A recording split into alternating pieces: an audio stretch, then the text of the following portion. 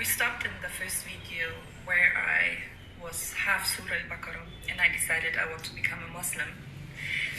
And I knew from a YouTube video that I should say the shahada, that I should say ashhadu an la ilaha illallah, ashhadu anna Muhammad Rasulullah. I witnessed there's only one God worth of worshipping, which is Allah, Him only.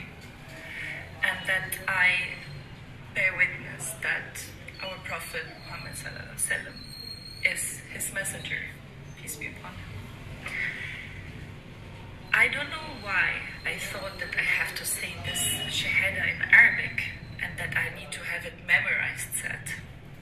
By now I'm laughing about it because it's only about your intentions, and you can say it after someone, you can say it in your heart, in your mind, you can say it in German, in Japanese, and whatever.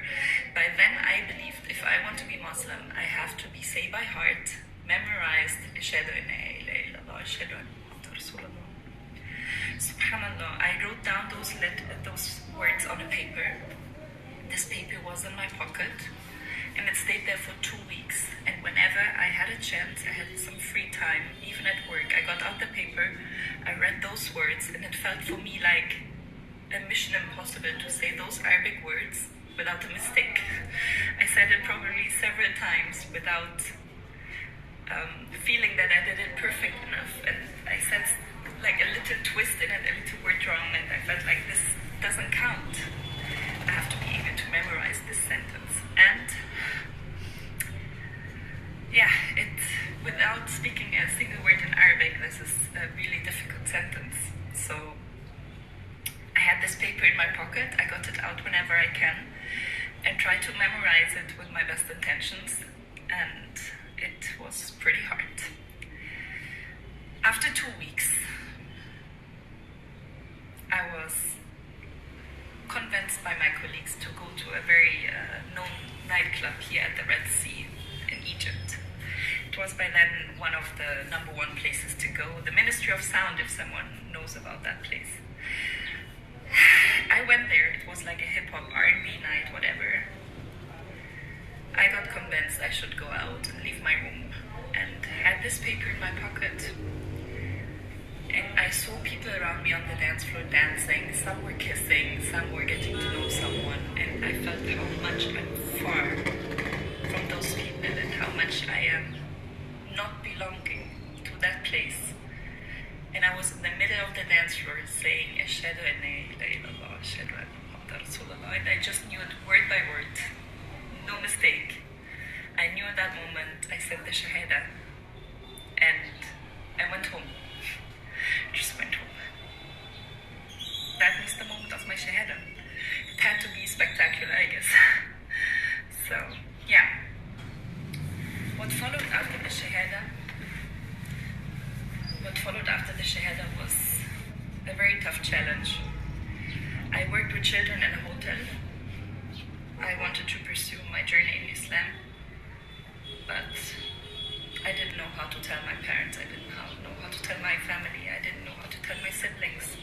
Even my closest colleagues and friends in the hotel were not understanding what I'm going through and felt that I went crazy, that I've been manipulated, that I've been delusional. And I was really, really lonely with me and God, and whenever I asked people for support and help, I even just had simple questions in Islam, they couldn't answer it to me. Or they said wrong answers. Or they tried to manipulate me with answers. They were trying to date me, so they said, why don't we talk about it over a cup of coffee? You want to marry me? Things like that. And I was just feeling, I have to do this on my own, and I basically isolated myself pretty much. And it was a very lonely time, but also a very pure and strong time, because I wasn't alone. God helped me that days, but I just know that now.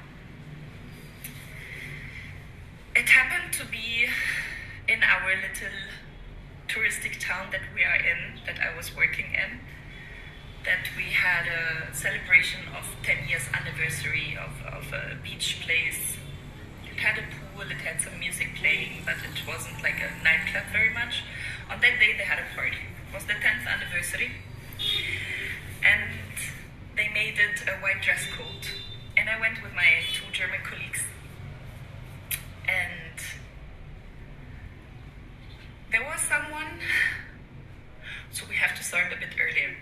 It was my day off. I was spending the day off in the hotel by the pool.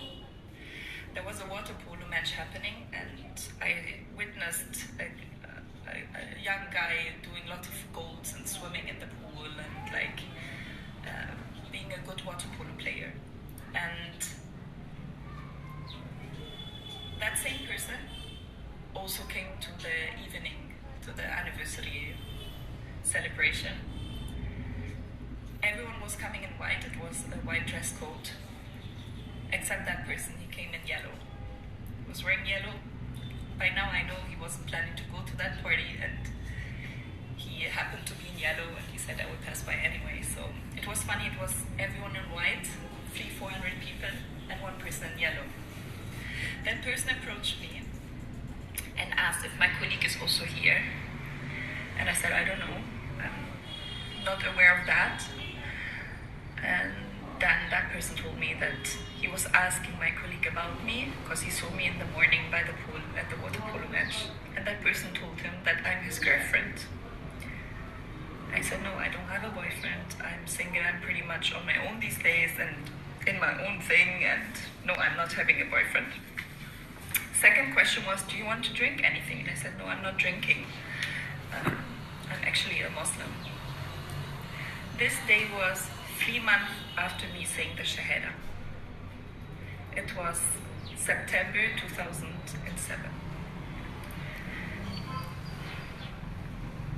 I lost it. So if I want to drink something, yeah. And I said, no, I'm not drinking. I'm a Muslim. And then he said, I didn't talk about alcohol. I want to ask you if you want to have a Coke or something.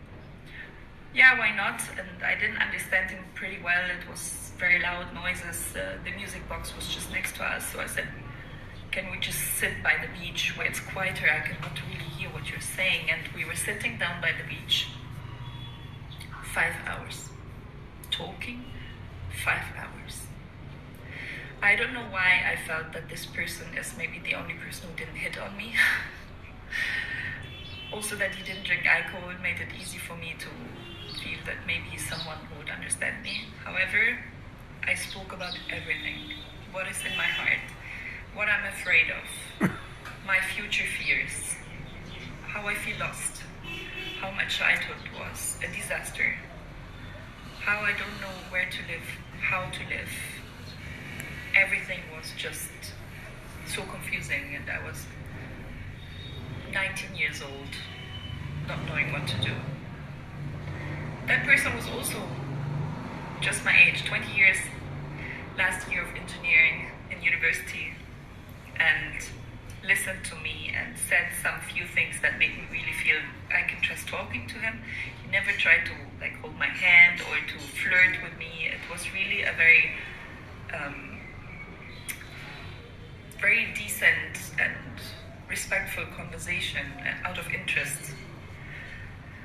And I just knew that night that this is a special connection and that this is a person that has pure interest and good intentions with me. We happened to meet every day. After 1 week, we were sitting in a restaurant, and I asked him to teach me how to pray. He was standing up in the restaurant. He did the movements for the prayer. I would sketch the position that he's in, and he would say word by word what he would say in each position, and I would write down the words as I hear them. And I would have paper written from 2 sides with the words and the description of how I should pray and how many rak'ah I should do in each prayer and so on. Without spoiling the happy end of that relationship we had, we always met in public places, public areas. We spoke mostly about Islam and God, but also about personal struggles. and we were there for 3 weeks together before he had to go back to university.